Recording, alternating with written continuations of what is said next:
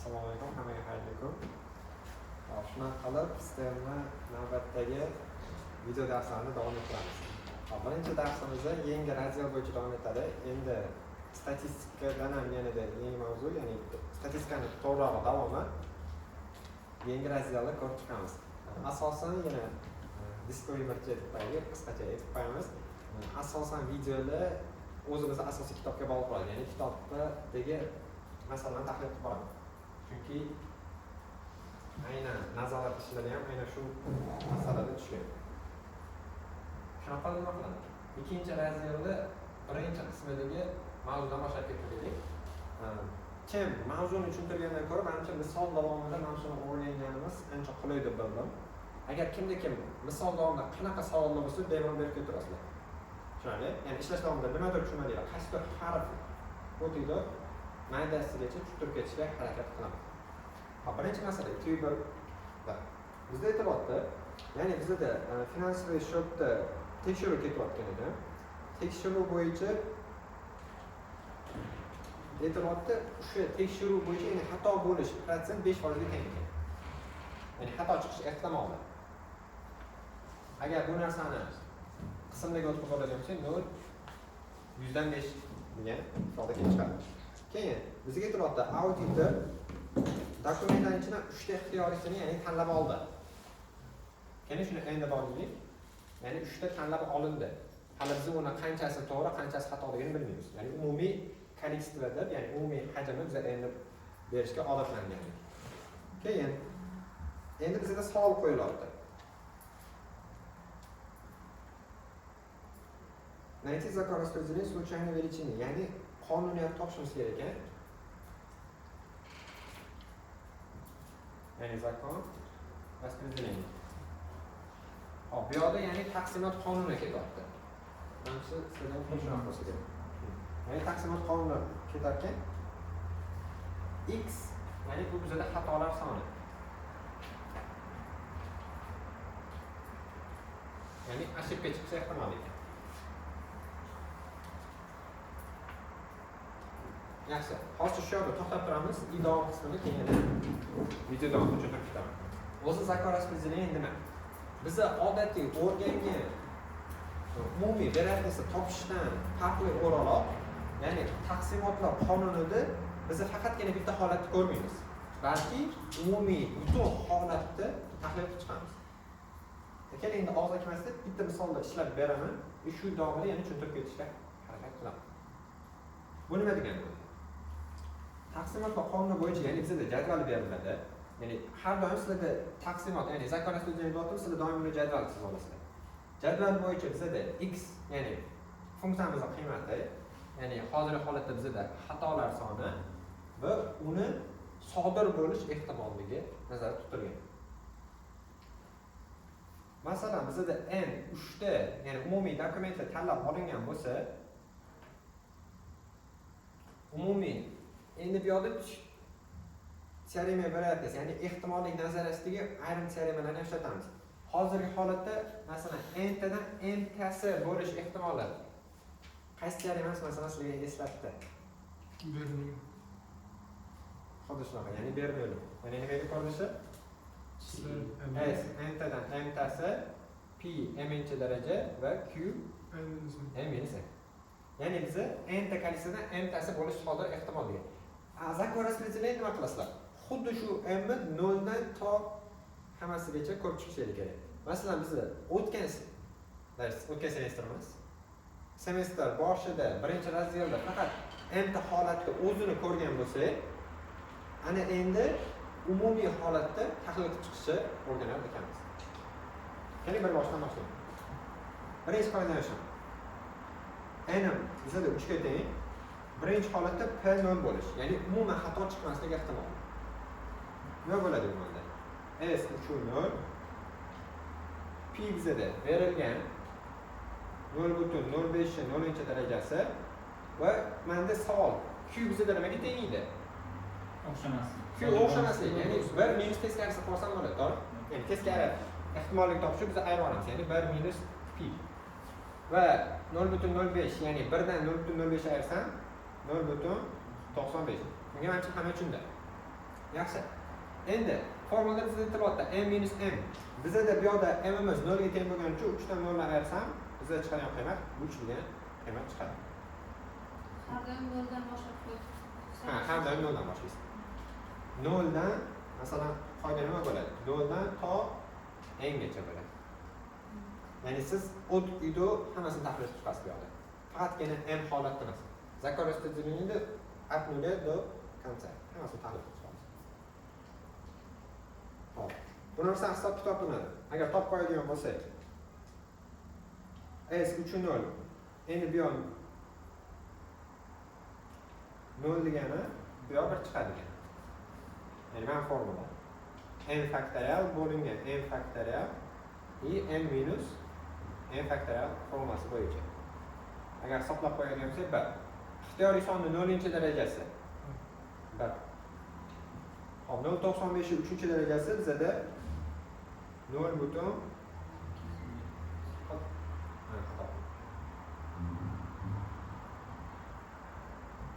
va hokazo.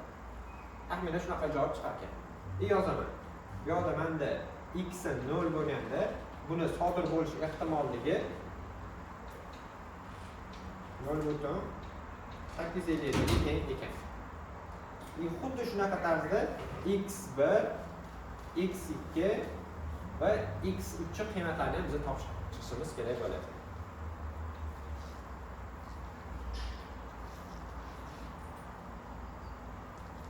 Yana bitta misol, ya'ni yana bittasini ko'rib beraman. Qolganlari xuddi shu tartibda ketadi. Masalan, p3 1. Endi nima bo'ladi? Xuddi shu formulaga m joyiga n 0 emasda 1 qo'yib chiqasiz. 3 bu yoqqa 1. Keyin p mana nimaga teng edi? 0.05.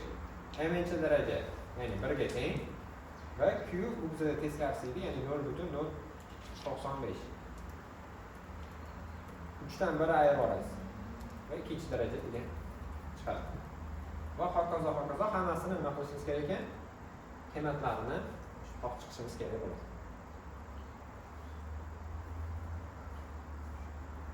Hop, jadvalni to'ldirish hammaga tushunarli bo'ldimi? Hozir masalan, o'tirganmiz. Chunki boya aytdim. Qarang. Formulani tushundik bu narsani. Nimani formulasi ekan? Ya'ni Bernoulli. Bernoulli bo'yicha birinchisi kombinatorika qismi, bu bo'yicha mana muammo yo'q. S N O M, keyin P qismi.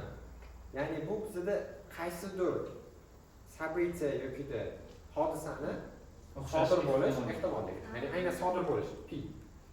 Q xuddi shu ehtimolning teskarisi. 1 dan p ni ayirib olib. Ha, xuddi shu 1 dan p. Masalan, p manda aytaylik. Manda bajarildi bo'lsa, q xuddi shuni teskarisi, ya'ni bajarildi. Masalan, aytaylik, p ni manda bo'lish, sodir bo'lish ehtimolligi 0.8 bo'lsa, q niki manda 0.2 bo'ladi. Ya'ni teskari. Tamam.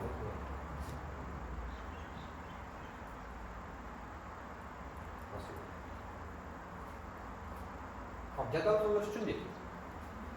Yaxshi, bu bizda birinchi qismi edi. Endi ikkinchi qismi. Mavzuda ikkinchi o'rganadigan narsamiz bu bizda funksiya распределения deyilgan.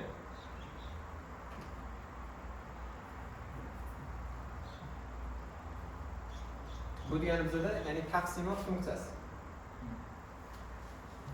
fx. Endi bu fx'ni qanaqa tuzishni o'rganamiz. Bitta narsani eslab qolinglar. Agar sizlarda funksiya распределения so'ragan bo'lsa, sizlar avvalo taqsimot qonunini tuzib olgan bo'lishingiz kerak. Ya'ni zakon распределения.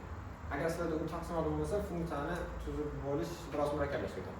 Shuning uchun agar etap bajarilsa, hamma narsa hammasi ya'ni silliq ketadi desa ham bo'ladi. Ya'ni hammasi bir-biriga bog'liq. Hop, endi jadvalda bu yerda yana o'zim uchun chizib olaman. O'zingizlar sirasi javobini tekshirsanglar ham bo'ladi. Masalan, avvalgi jadval bor edi. Birinchi holatda 0 qo'yganimizda qiymat bizda 0.85 73 va hokazo o'zingizlar javobini tekshirib ketsanglar bo'ladi. Hop, masalan, bir qiymat berganda menda qiymat 0.13 va 53 ga teng bo'lar ekan. Hop, ikki qiymat berganimizda hop 0.071 va 3 qiymat berganimda 0,00 xuddi shunaqa 12. Hop, taxminan xuddi shunaqa qiymatlarga ega bo'lar ekanmiz. Endi bu narsani funksiyani tuzayotganda nima foydasi bor? Ya'ni qanaqa qilib foydalanasiz bu ma'lumotlardan?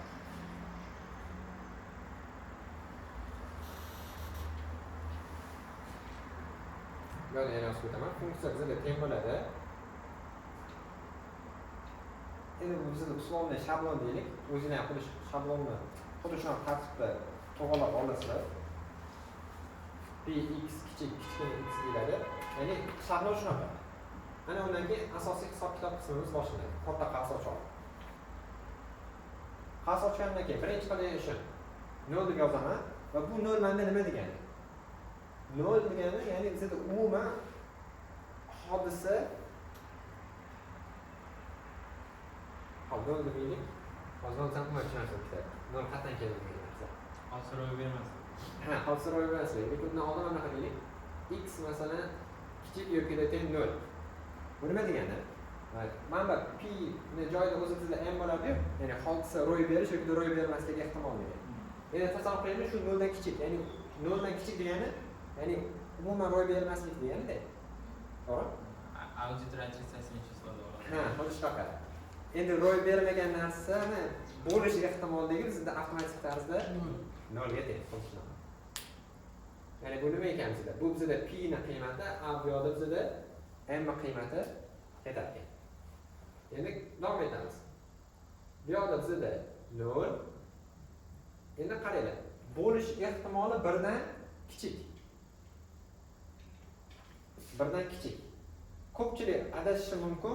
Mana bu yoqda 1 soni turgan hisobiga mana bu qiymatni yozib qo'yganman. To'g'ri, ya'ni bu yoqda bizda ошибка 1 bo'lganda bo'lish ehtimoli bunga teng. Lekin bizda so'rayotgan narsa aynan interval. 0 dan 1 gacha bo'lgan oralikda. Masalan, bu nima bo'lishi mumkin? 0,5 bo'lishi mumkin. 0,7 bo'lishi mumkin va hokazo.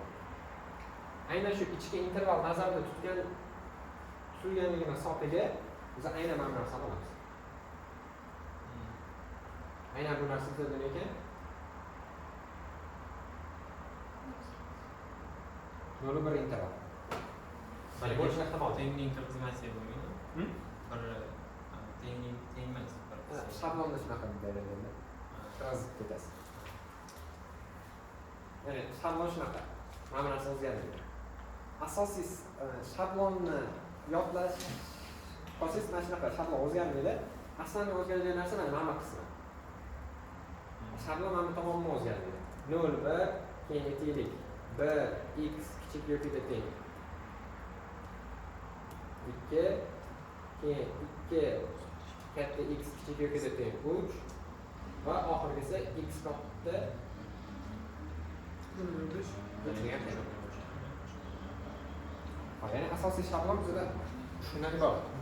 Endi hisob-kitob qismiga to'xtalib o'tadigan bo'lsak, aytdik 0,1 oraliq bo'lsa, ya'ni bu narsani yozib olishim kerak. Ya'ni 0,85 73. Hop, endi keyin savol tug'iladi. Ikkinchisiga endi bu narsani yozishim kerakmi degan. Qo'shib berish. Ha, asosiy qoida shu. Ya'ni shu joyda chalmaslik kerak. Ya'ni nima qilamiz? Bu yoqqa qo'shib ketishim kerak. Hop, ikkalasini qo'shib oladigan bo'lsak, 90 yozib topalik. Hamma ko'rinishida.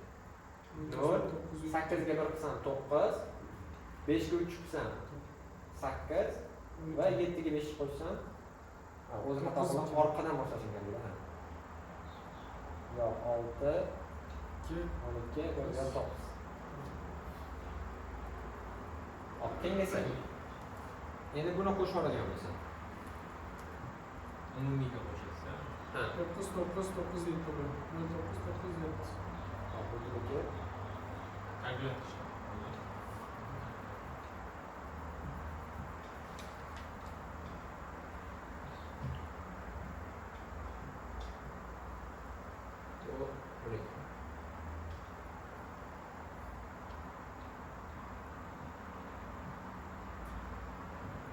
Nol butun 997.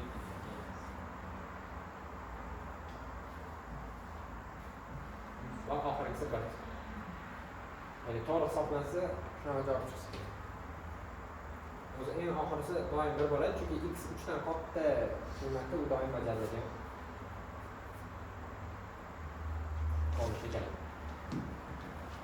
Hop, endi biroz chalkash tuyulgan bo'lishi mumkin, ya'ni hazm qilish biroz qiyin. O'zimda ham boshida shunaqa tuyuldi. Nega mana bu 1, 2, 2, 3 deb hamma yoq taraf nega qo'shildi degan savol. Keyin grafikini ko'rgandan keyin o'zim ham tushunib yetdi, ya'ni logikasini nimaligini.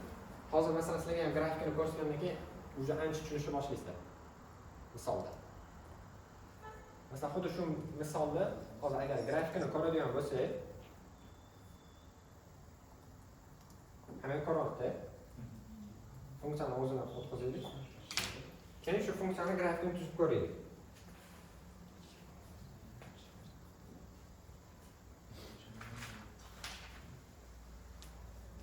Hop, grafikda bu yoqda bizda x qiymatlari bo'lsa, bu yoqda xuddi shuni sodir bo'lish ehtimolligi. X qiymatlari bizda 0 bor, 1 bor, 2 bor va 3 bor. Ehtimolli qiymatlardan eng kichiklaridan 0, keyin 0.8573. Hop, bundan keyin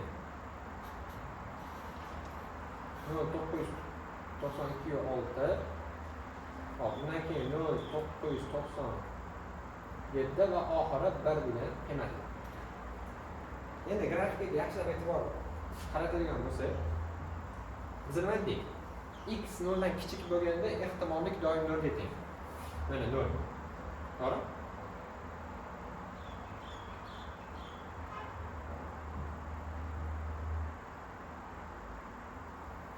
Mana 0 dan kichik, 0 dan kichik bo'lgan oralig'ida, ya'ni bizda umuman nima desam ekan? U hodisa umuman bajarilmaydi.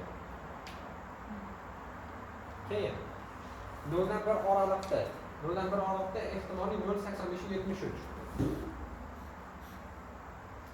Mana bu.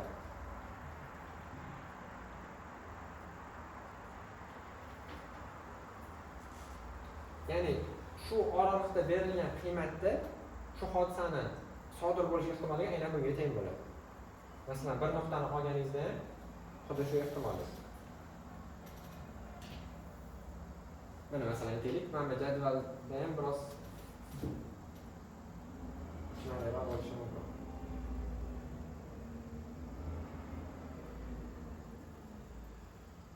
Hop, keyin 1 va 2 oralig'ida 0.96 deyilyapti.